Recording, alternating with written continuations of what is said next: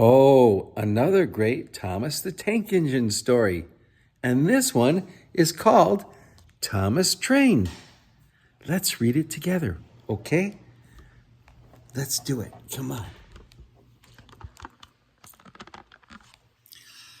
Thomas often grumbled because he was not allowed to pull passenger trains.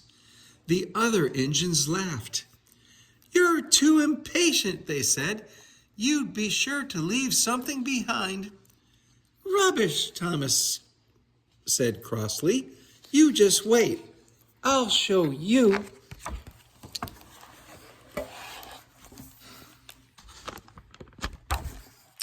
One night, he and Henry were alone. Henry was ill. The men worked hard, but he didn't get better. Now, Henry usually pulled the first train in the morning, and Thomas had to get his coaches ready. "If Henry is ill," he thought, "perhaps I shall pull his train." Thomas ran to find the coaches. Come along, he fussed. There's plenty of time, grumbled the coaches. He took them to the platform and wanted to run around in front at once, but his driver wouldn't let him. "Don't be impatient," Thomas said. So Thomas waited and waited.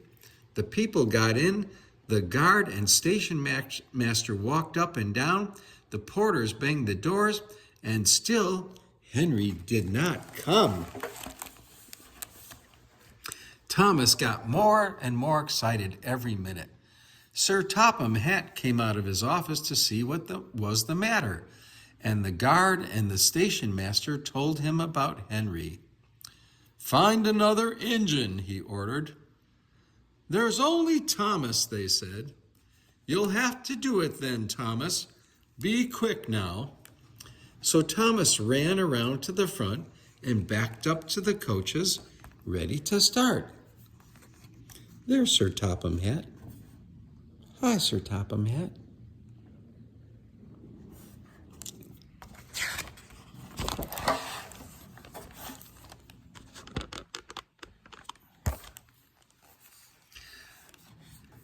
"Don't be impatient," said his driver. "Wait till everything is ready." But Thomas was too excited to listen to a word he said. What happened then? No one knows. Perhaps they forgot to couple Thomas to the train. Perhaps Thomas was too impatient to wait till they were ready. Or perhaps his driver pulled the lever by mistake. Anyhow, Thomas started. People shouted and waved at him, but he didn't stop.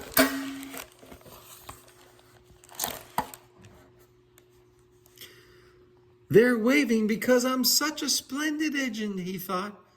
Importantly, "Henry says it's hard to pull trains, but I think it's easy."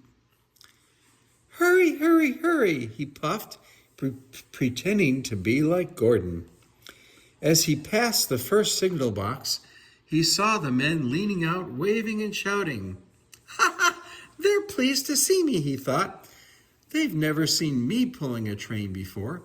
It's nice of them to wave." And he whistled, "Beep, beep." "Thank you," and he hurried on. But he came to a signal. "Danger!" Bother, he thought. I must stop, and I was going so nicely too. What a nuisance signals are. And he blew an angry beep, beep on his whistle.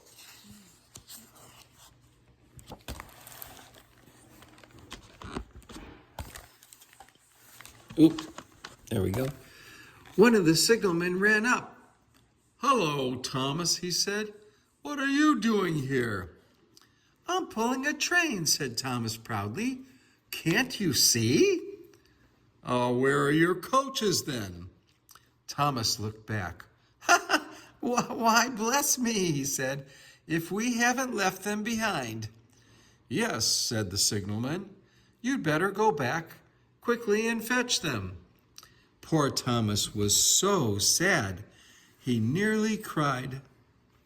"Cheer up," said his driver.